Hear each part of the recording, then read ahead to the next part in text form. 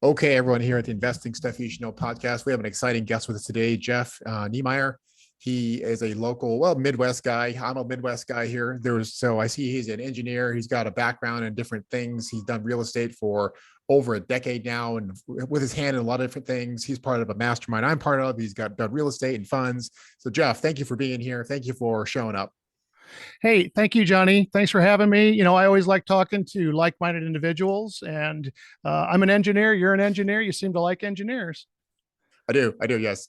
Obviously, the people that are listening to this on the podcast can't see Jeff's T-shirt, but it says "Student of Money," and I love that. I just love that as a that mindset. And I also am learning to become a student of money as well, a student of finance, a student of money, a student of how these things work. That it kind of runs in the background that controls so much.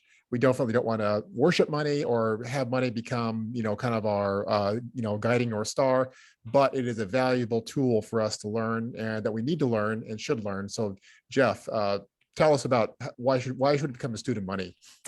So again, first and foremost, I guess, is the word student. And I really wanted to, when I was branding and taking a look at where am I going to come up with a branding name, I'm always a student. I'm always growing. I'm always educating myself, and I'm always trying to grow to the next level. So it just takes a lot of continual knowledge and a continual growth. Just when I think I figured something out, I learn something new all the time. So I'm a student, just like you and just like your listeners.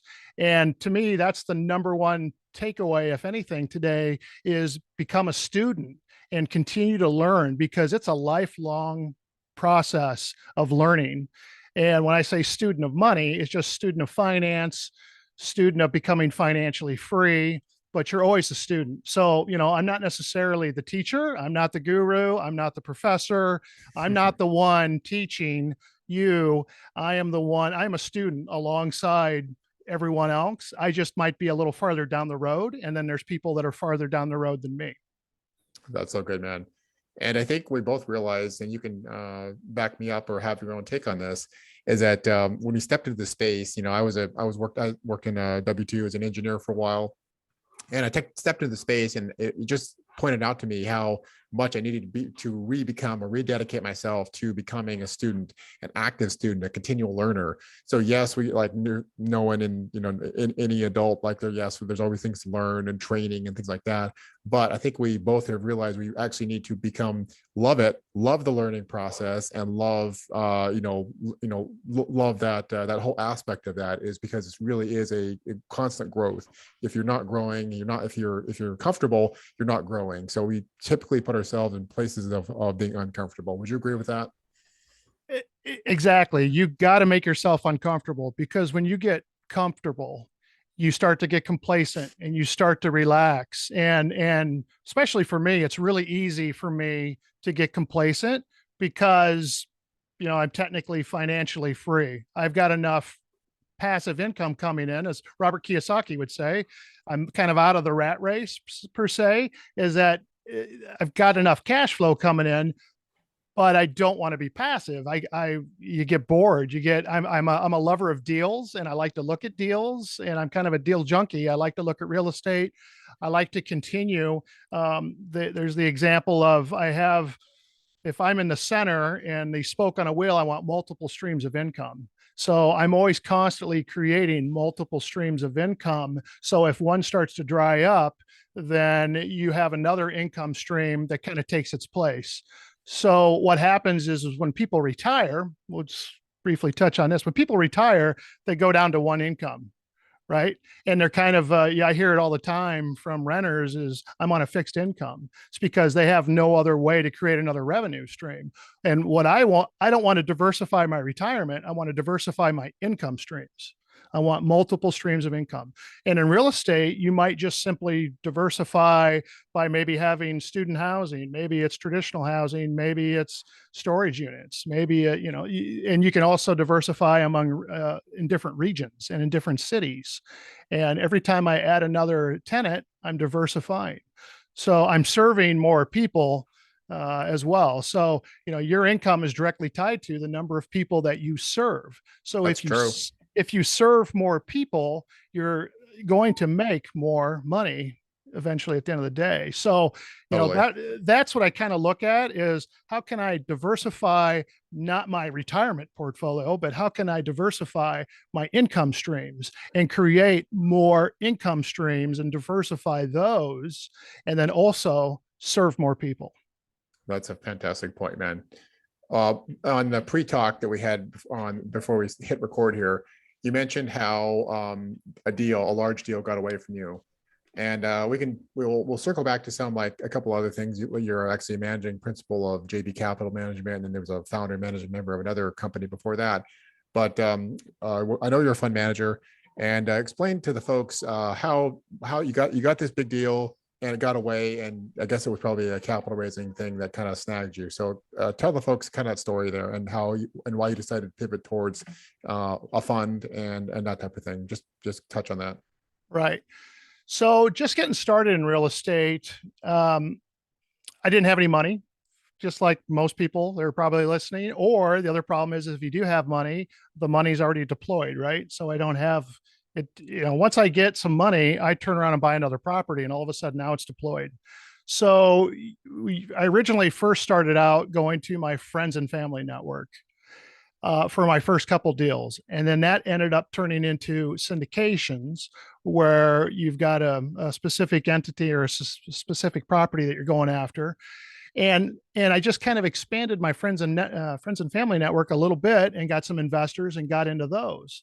So I was able to bring down kind of small and medium sized properties, but there was a point in time where there was a very large 340 unit apartment complex. It was student housing, and with student housing, they go by the number of bedrooms. So it was Wow. right. It's not number of doors, it's number of bedrooms because that's the Yeah. students.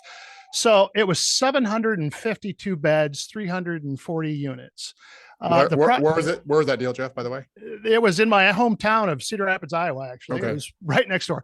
So one of my other companies was providing service to them, so I was kind of a vendor to them, and so I was working alongside them. I knew them really well, and it was actually owned as a TIC, tenants in common, right? So there's 27 investors across the United States, and I don't want to get too deep into the weeds and tell you, but this was right after 2008. Okay, so from a time frame, the property was upside down and was cash flow negative, and it was headed towards a foreclosure. So I was trying to pull this property out of foreclosure. So it was originally sold in 2007 for $26 million, just to put that in perspective. Yeah. And they got a $16 million mortgage. And at that point in time, they had $14 million mortgage. And when it started to go into foreclosure, the owners kind of fought it successfully, actually, and they negotiated with the bank for a discounted payoff of $10 million. So the bank was going to lose $4 million on the mortgage. And you could basically take this property that last time it sold was 26 million. You could pick it Yeah. up for a cool $10 million. Okay. Cool 10 million. No problem. Yeah. Yeah. So I like herding cats, 26 ticks to get them all on board, but I had them all on board. And I lined up bridge financing for 7 million. I just had to raise $3 million more. I bet you feel really good about that, man. You saw this like this huge property, the discount, there's a tremendous discount from just different things outside, their control. Right. And then you had more or less three quarters of it raised. And I mean, I would have been like, I totally got this. Like if I got this far, then I can totally raise the 3 million, right? Right. I mean, so it kind of goes back, and I guess we'll talk about this. I thought I had a smoking hot deal, right in my backyard, total control. I just need to raise $3 million. And of course, you think, first of all, the existing 26 owners wanted to put money in, but they already had money in and they didn't want to like double down and lose even more. So Right. they were very gun shy to put Yeah. more money into the deal. And they also wanted to know whether or not I was for real, right? Am I the white knight savior that can come in and fix this deal? Did you have much of a track record in that? I mean, I guess you said you had kind of small to medium size, so they were a little Yeah, bit. Gotcha. I was a local guy, right? I mean, as a local real estate investor, and the 26 ticks that own this, there were only two of them actually lived in my state of Iowa. A couple of them were, obviously big in California, big in New York, big in Florida, Texas, a lot of the West Coast, East Coast. There's a bunch of people in Nevada. So I had a core of about 5 of them that were really on board with me. I flew out to Vegas and met with one of the owners and talked to them. So, I told them like what I needed to do. So I really had a core of 5 who was like on the committee for Yeah. this. You're That basically the the board. Yeah. Yeah. So the board that ran this. So I basically said, I don't need to convince all of them. I really only needed to convince the board and these 5. And Yeah. once I got them on board, everybody else would fall in line. Right. And that's generally how it worked. But so I had to raise $3 more million, and the problem is it was a foreclosure. And this was the entire problem is we had a very short window.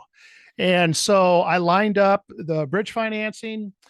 And then I got about halfway through the raise, and I was about $1 million short. Yes. And then, you start to get to that desperate where, I got 30 days to raise $1 million. And I've talked to absolutely everyone. I was talking to people that I never thought I would, they're like, well, who's Jeff Niemeier? And I'd be like, yeah, but I control this property's destiny in the next 30 days. And they're like, let's have lunch.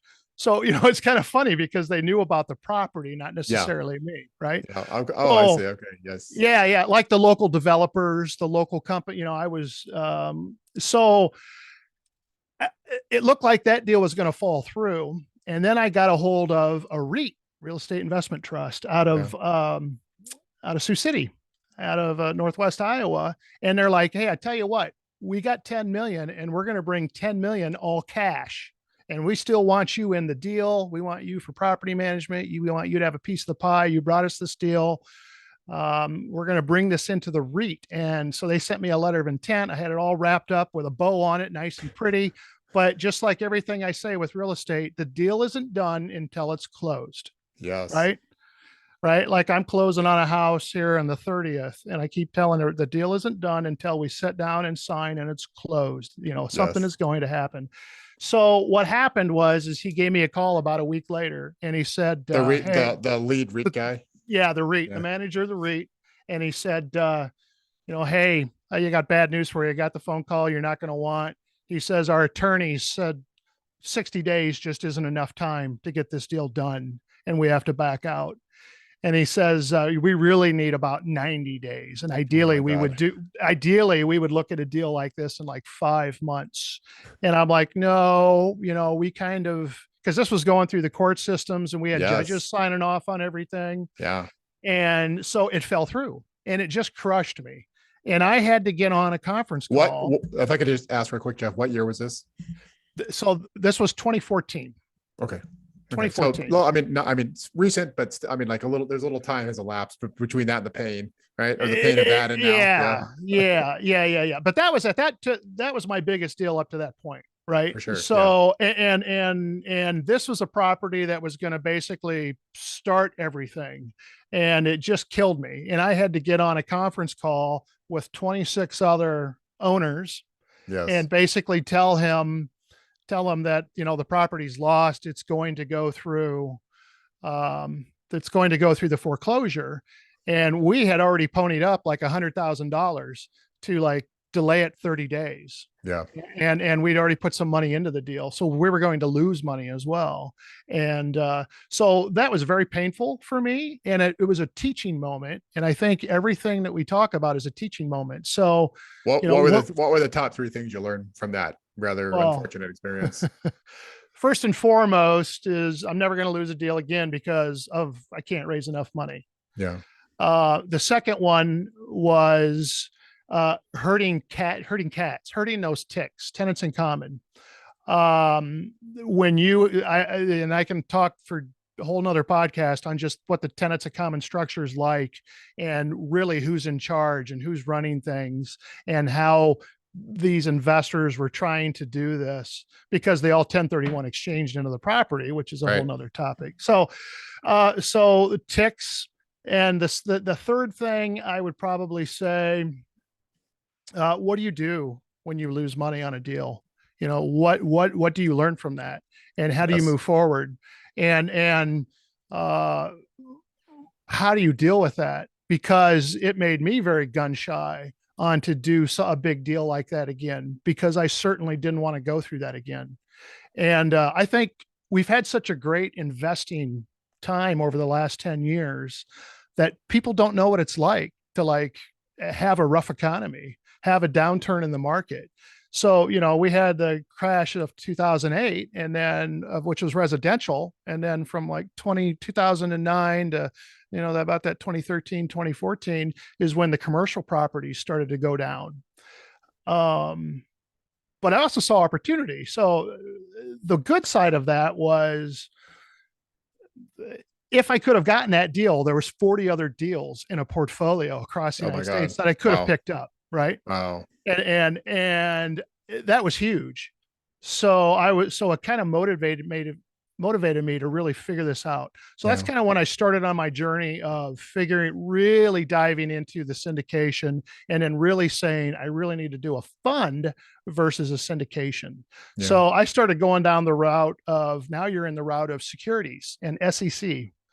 So, and then it's a whole nother beast that you really have to learn. Yeah. That's when did you start your first fund, Jeff? So my first fund that I would call a fund, my first fund was actually 2007 when I got my friends and family together. By the legal definition of a fund, it was a syndication. But my first true syndication was actually 2011. Okay.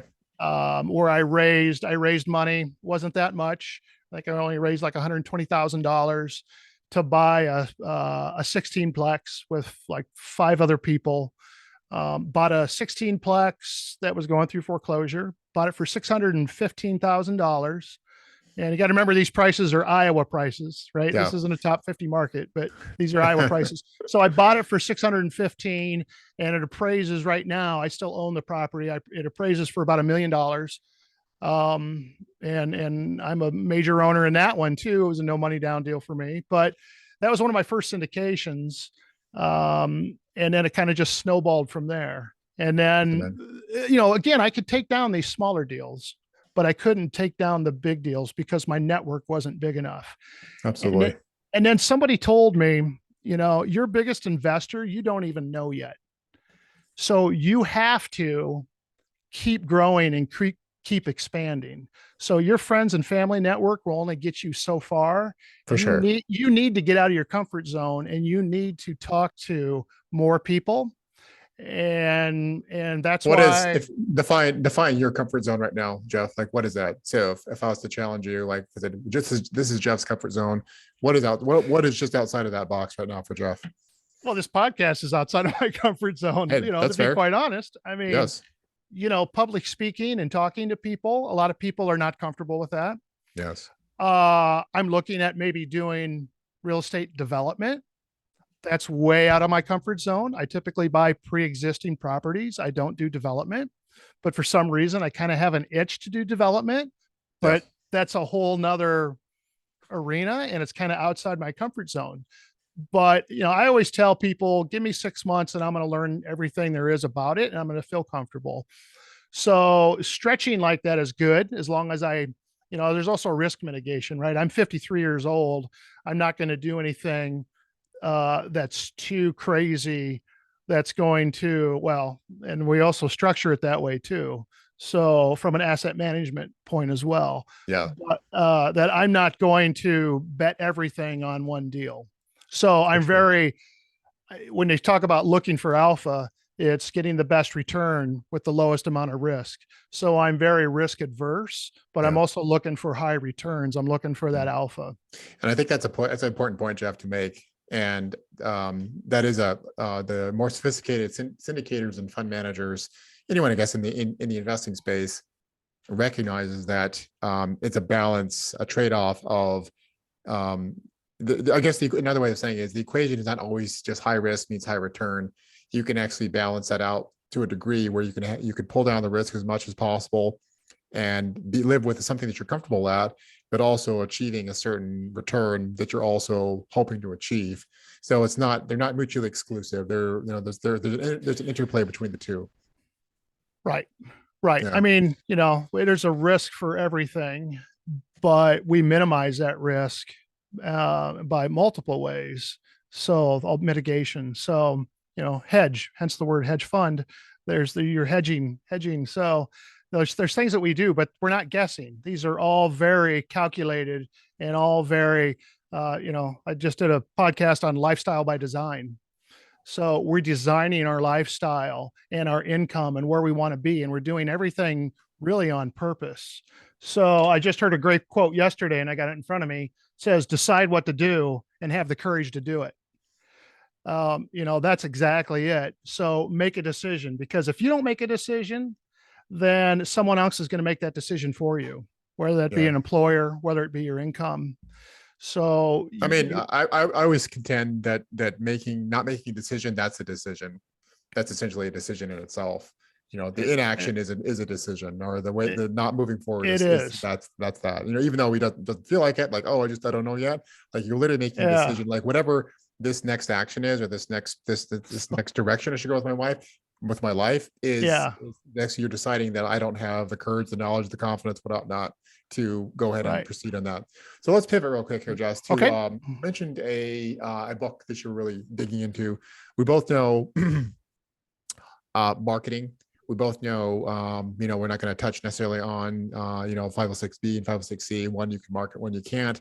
But we both know that as you get the word out about what you're doing, and like you said, you kind of touched on it, like, hey, your biggest investor, you don't know your biggest investor right now. That's a great segue, that statement, into a book you actually mentioned in our pre-chat called Launch from Jeff Walker. Can you talk to us, share with us some things you're learning, and how you got aware of that book? So I've attended a lot of real estate events. I've attended a lot of boot camps, a lot of conferences, things like that, where everybody always talks about real estate, and then they talk about, of course, syndication, and they always just make this magical thing where if you have a great deal, don't worry about it, the investors will come, right? Like, build it and they will come. Well, that's not necessarily true. There's a couple things that have to happen, and I think you've talked about it before. Is an investor has to know, like, and trust you, right? And that's typically why your friends and family network is where everybody pretty much starts out with.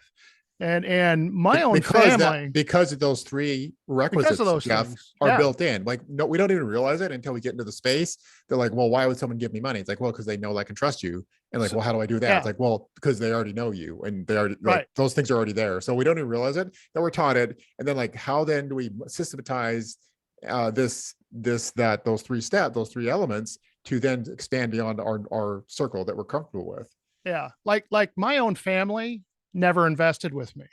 Like, I'm the baby of the family, right? I'm the youngest, and they all look at me as, oh, he's the baby of the family. Little Jeff, right? Even though I'm 53 years old, little Jeff, oh, what's he doing again? He's crazy. He's doing all this real estate stuff. He's doing all these deals. But who did give me money was my family-in-law. And why? Because I married their daughter. And if I'm going to marry their daughter, then they obviously know, like, and trust me, right? So that was great. And it's like, okay, my own family won't give me money, but the family-in-law are one of my first initial investors. So it comes down to that psychology. Humans don't necessarily invest because it's the best deal. They invest really based on emotion.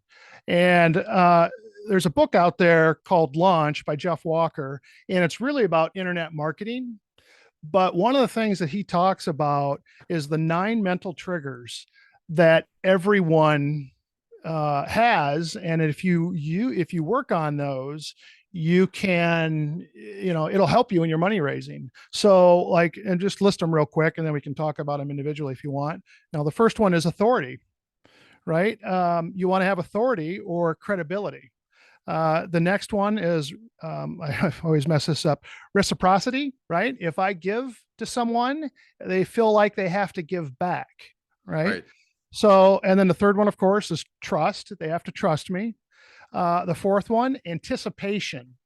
So when you're going to do a launch or you're going to do a deal, you want to build up anticipation for the raise, right? And then likability. is one of theirs. So you have to be very personable, very likable, as well as trusting. And then the next one is people like to be involved in rituals and or events. They Ooh, like to, that's interesting. That's yeah, interesting. Yeah. they're very tribal, right? They like to have, We're let's make it personal, Jeff. We're tribal. We're tribal. we're You're tribal. tribal. I'm tribal. We're all tribal, right? Right, right. And with that, then people like to feel like they belong to a community. So one of my taglines on my podcast is building a community of like-minded individuals, because I'm not looking to change anybody's mind. I'm looking for like-minded individuals and trying to bring them into my community. And I try to brand it with the Student of Money brand to come into my community so they feel like they're part of the community. Right. And then of course, I think everybody's seen this scarcity, right? It's on sale, but it ends on Sunday, Yeah. right? One day only. There's two left. There's only one day, the first five, all that stuff, right? Right, right. And then the next one is social proof or testimonials, right? It because and this is perfect with the current news that's going on with FTX, So good, man. So good. right? Talk. Right. Tell us more. So obviously the crypto exchange went down, right? And I follow Bitcoin, and I've been invested, and I have a lot of podcast stuff about Bitcoin and cryptocurrencies and blockchain, especially blockchain. But Yes. social proof and testimonials, the whole reason, one of the reasons that FTX really took off is who got stung by this, right? Tom Brady, his ex-wife, Major League Baseball, the stadiums, by bringing on, why do they bring on, when they talk about reverse mortgages and timeshares, and they'll bring on like the Hollywood lister and talk about, go buy gold. I buy gold. Why do I buy gold?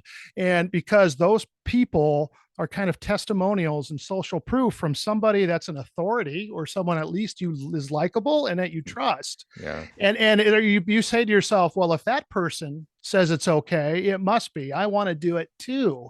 Yeah. So that's a huge one. And we could go on and on about FTX and all what happened there, and We'll say all of that these we'll say that mental one for triggers. another. Hopefully For the another one. audience the Yeah. audience is aware of that. But the FTX, it was a large crypto Yeah. exchange, and their hedge fund, they collapsed. There's a whole saga. If you're watching the news, it'll be old news in a month. But it's been very painful to watch and observe the different shortcomings. And we have to ask. Jeff and I are probably asking, as a lot of smart investors are, how did this company? How did this company? How were they able to raise so much money? They raised hundreds of millions of dollars, and by some of the best firms, at least in name, out there. And so we are baffled by how could they? How did the due diligence process and how the normal underwriting procedures fail? Maybe they didn't fail. Maybe they just there's a black swan event and they just snuck through, or maybe this last element that Jeff spoke about, the social proof, was so compelling, was so overpowering to the general partners and the principals, that they said they looked at it a little bit and like, yeah, well, this is good enough for us, and we're in. And that happens a lot. Is that what you've seen, Jeff? It does. Again, people may not understand your deal, but especially with a fund, you're Yes. betting on the jockey and not the horse, as they Right. say. You're betting on the person, and you have to know, like, and trust them. And they have to be credible, and they have to be, and if so, you can line all these things up.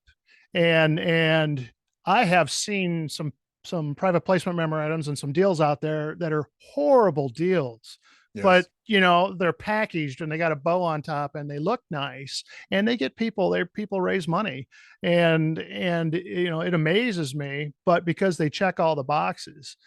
But it's not all about money too. One of the things when you're looking at high net worth individuals is they're not necessarily always motivated by money. Sometimes it's legacy. Sometimes it's carrying on the family values and aligning yourself with their goals, especially with like family offices and other entities. You want to make sure you're aligning. So it's not always about money. It's really being personable and adding value and all of these things that we talk about. Awesome. Is that kind of a good wrap on the book on launch, Jeff? So again, the book is really for online marketing, Yeah. and for people that want to sell a product or a service or coaching or anything or a course or whatever it is online. He really talks about, like, when Hollywood puts a movie out, they just don't put it to the theater. There's a huge commercials. The people are going on the talk shows. There's this, they're selling the toy. They're doing all of these things to get people's anticipation so that when they do launch, they just simply kill it right on the first day and the first weekend's revenues and all of that. Well, again, that's by design. They do it by that. And that's really what this book is about. But I think if you're a money raiser, it's really something. I mean, there's a lot of really good books out there but this is definitely one of them, because to really think about these 9 mental triggers and why people do what they do. It's kind of like win friends, how to win friends and influence. You've got to follow these mental triggers. Absolutely, man. So good. So you've decided to start a mastermind, and you kind of touched on it. We didn't really make a point of Yeah, it, but so the student money, and you're actually part of you and I actually we haven't connected a lot, but we're actually part of a mastermind right now. right. And you're wanting to leave that one and kind of explore some other things. Talk about masterminds a little bit, Jeff. So you're going to start with you and yourself. You're going to do another one. You and I are in one. So I mean, obviously, Right. like folks like us, kind of circulating this thing. Talk to us about mastermind. Why would a maybe a beginning investor, or maybe just a maybe a successful person with a W-2 job, maybe they want to know more? Just talk to us about that. So masterminds are really about personal development and kind of refueling your emotional tank, because things happen, and the day-to-day lives, like you go to a conference. Let's just say you spend $1,000, you go to a boot camp, or you attend a conference for a weekend. They always want you to take action right away when you get home, because what Right. happens is when you get home, life kind of sets back in and you kind of get dragged down. So I attend a lot of events, a lot of conferences, and I go to a lot of Zoom calls and a lot of masterminds, because I want to get around people with energy and like-minded individuals. Not only to reaffirm what I'm doing, but I'm trying to, I'm a student. I want to learn. I want to learn what other people are doing. So a mastermind is basically one brain is better than, or multiple brains are better than one, right? And I want to get around a lot of people that have different ideas and are doing different things. So I'm a landlord. I buy and hold, but I want to talk to the flippers. I want to talk to the wholesalers. I want to talk to somebody that's maybe into storage units. I want to talk to, like, one of the first things they do in a mastermind when you walk in, they say, okay, who here has a deal and needs to raise money? And half the room raises their hand. Right. And then they say, okay, who here has money and is looking for deals? And then the other half of the room raises their hands. So the first thing they do is to say, okay, on break, you two get together and figure it out if it's going to work or not. Right. Right. Start dating people in a way that's, looking for deals, and to see if maybe there's a partnership down the road. So Sure. a mastermind is just a place where you can go and talk about in real estate investment with like-minded individuals, and that, you may go there with a problem and say, what do you think on this? And people will start, like, for instance, probably a year after that big I lost that big apartment complex. I had Yes. lunch with a guy that was a fund manager for a huge institutional insurance company, and he did real estate deals. And in that lunch meeting, he says, all you had to do was come to me. I would have funded that deal, and then I would Yeah. have put that deal into bankruptcy and dragged Yeah. it through bankruptcy court. And he says, you can't believe the power judges in bankruptcy court have. They'll tell the Yeah. lender that they cannot foreclose and that they have to reorganize. And he says, Wow. and then I would have came in with $10 million and bailed you out. And that just killed me. Again, it killed me. I'm Right. like, now you tell me that it's Right. over. It's Yeah. gone, you That know? that speaks to the power of networking. And I'd like to just make one point to your kind of some of the points you brought up on the mastermind. And a key thing I've been thinking about lately is the ability to learn so much more quickly. So if I learn, maybe 10 lessons in a month on property management, asset management, raising money, and then I joined a group that's focused on those things. And then if there's 10 other people in there, and they're just like me or similar to me, they've all had their own lessons. Maybe we have some shared lessons, but also as you're accelerating, you're scaling the learning. So instead of taking, a full year, 1, 2 year, 1, 2, 3, 4 years, whatever, you've concentrated that learning and those problems into a much, much shorter time frame. And that's why that's one of the reasons why masterminds are and can be very powerful as well, in addition to all the things that you mentioned. Right, right. And then when you go to a conference, you're focused on that one thing for that weekend or 2 days or whatever it is, and you're getting it very fast paced, a lot of information in a very short and condensed time, and which is good. Whereas when you go to your local real estate meetings, it's once a month. And Right. it's a 2 hours, maybe. They always schedule it for an hour, but it usually goes for like 2.5, 3 hours.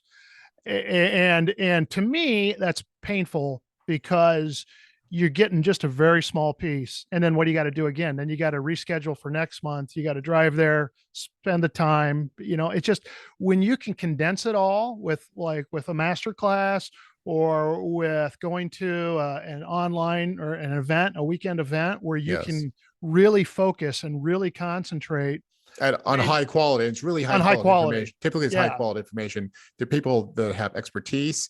They're knowledgeable and they're sharing. And a lot of times they're good. They're often good teachers, which are normally the only Right. kind of people that are asked to speak and to present. Is people that are good at sharing Yeah. typically complicated ideas or maybe just new ideas in a very relatable way. So all those elements come together in those conferences and masterminds and things like that. And in each city that has a real estate investing mastermind, there's usually that one guy who runs it, and he's actively running, right? He's knocking out of the park and doing deals. And I'm like, I need to know that guy. I need to have his card. I need to be talking to him. And just like as for property management, there's landlords of our county, Lynn County, and then there's landlords of Iowa, which is a bigger organization. I'm thinking we need to have real estate investing mastermind at the city, and then we need to have a statewide mastermind for all of the leaders in all the cities where we can all come together and say, all right, give me Davenport, give me Waterloo, give me Des Moines, give me Iowa City. All the leaders from all these cities come together once a year and have like a state conference kind of thing where we can all talk and That's an mastermind, awesome idea, man. You kind of keep scaling up because then keep like, scaling up. maybe people are like dealing like with 10 units, and then the people that are like have like 100 or 200 units, and then like the people that are have portfolios maybe in cities, they have like 1,000 units under management, or maybe they're spread across a region. And that's awesome. I love that idea. I love that idea. So what's your so you have a fund going now? Is that true, Jeff, that you have a fund going now? And are you like actively raising inside that fund, or is it closed off and you already have the assets positioned or allocated inside that? No, we just launched it this fall, so we're actively raising. Can you give us the So size and the asset class that what's kind of the particulars there? so Class A multifamily, 200 units or Nice. more, and it's an income fund. So by that I mean we are not looking at buying distressed properties and doing value add because we don't want to swing hammers. So we are doing more of an income front against stability. We don't want any risk. So we're looking at properties with on-site management, 200 units more, Class A, like downtown Des Moines. If you've ever been to Des Moines, the downtown area is just a hotbed of activity. It's It's nice. really, Very nice. it's Yeah. a very nice area. So we want to be in those kinds of markets on existing cash flowing properties so that we don't have to put a lot into it. Just well management. So that's what I call my income. And then down the road, we may start looking at distressed properties, but I'm past me flipping a hammer. I think the next one will be kind of a fund of funds to investing in other people's that swing the hammers and do the rehab work. So Nice. What I'm doing a growth what's fund or an income nice? fund. A Sorry. growth fund. Okay. Okay. Growth. And then what's the raise there? So we're looking to raise 28 million, and so that we can get about 95. We won't get to 100 million, but so the goal and what I'm telling everybody is we want to raise $100 million in investment property in Class A apartment complexes. And will that be focused in Iowa? It's going to be focused. Right now we're looking at Iowa, we're looking at Kansas City, Omaha, and then maybe we may head south if we get. But we're first going to look at right now. I'm looking heavily in Des Moines right now. So, Yes. Yeah. but it's got to be like Cedar Rapids to have a 340 unit apartment complex or a 200 unit one in Cedar Rapids. The town's just not big enough. It's called a secondary market. Now, the reason that property's here is because it's student housing, and that's where I cut my teeth, was in student housing. So I'm very familiar with it, but it's a lot of work. It's a lot of work compared to traditional family housing. So this is not a student housing fund, even though I do have student housing. Awesome, But man. that's why it is. It's a secondary market. Like when I was trying to raise money, one of the problems I had with that, like JD, well, I shouldn't say their name, but somebody out of Chicago came in to take a look at this property, and they said, we're coming in and we want to be out in 5 years. And they said, who's our buyer? Right? They're already looking at their exit, which is, Right. yeah, of course you do. So, and they're like, but this is Cedar Rapids, Iowa, in a secondary market in a community college. I'm not going to get anybody. Now, if this was Iowa City and Big Ten country, yeah, I Right. could get somebody to buy that. So it's hard to find when the town like Cedar Rapids is 300,000. So I'm looking at towns that are a 500,000 or more, that has job growth, who has the income, and it's very specific, very niche. So yeah, that's Awesome, what we're man. doing. That's what we're doing. Cool. That's thank you for sharing that. Thank you for sharing that. That's really good. Looking to raising 28 million, going for that $100 million of real estate, inside that fund. That's really very exciting. Just like you said, just launched this fall. So it's an awesome project to be working on in the upcoming months here. So share your mastermind, share your website, and the best way of getting in contact with you as we wrap this up here. Yeah. So the best way to get a hold of me is through my website, Student of Money, all one word, no spaces. And then we are a .org. Okay. Studentofmoney.org. You can go out there, and our podcasts are listed out there. You can find our podcasts on Spotify, iHeartRadio, Apple, Google, all of your favorite podcast platforms. And all my contacts information's out there. So I would say start there. Awesome, And man. So you know, go ahead. everything's branded on Student of Money. And then since we started the local one, that's on a website called meetup.com. So if you're brand new looking at real estate and you want to find your local real estate group, go to meetup.com and just do, local real estate investing for your city. And I don't care if you want to know how to do yoga, yarn, and whatever you're going to do, it's all on this meetup. It's pretty cool. I think it's from a group standpoint, it's better than Facebook. Right. but, Right. I agree with but that. yeah, you can definitely find all of the local real estate, because like I said, I travel and go to all of the local ones. I even go to the one in Chicago. So Awesome, yeah. man. Yeah. Well, okay, everyone here at the Investing Stuff You Should Know podcast. We thank you for listening to another great episode. We can bring cool people on like Jeff to talk about all the different things he's doing across the U.S. He's working a fund, obviously the real estate, he shared, and obviously it's a great way to get in contact with him. I encourage you to reach out and check out his website, studentofmoney.org, and we'll see you next time. Give the show a like, watch the video, we'll post this on YouTube, of course. Give us a written review. We always appreciate that, and we'll see you next time. All right. Thank you, Johnny.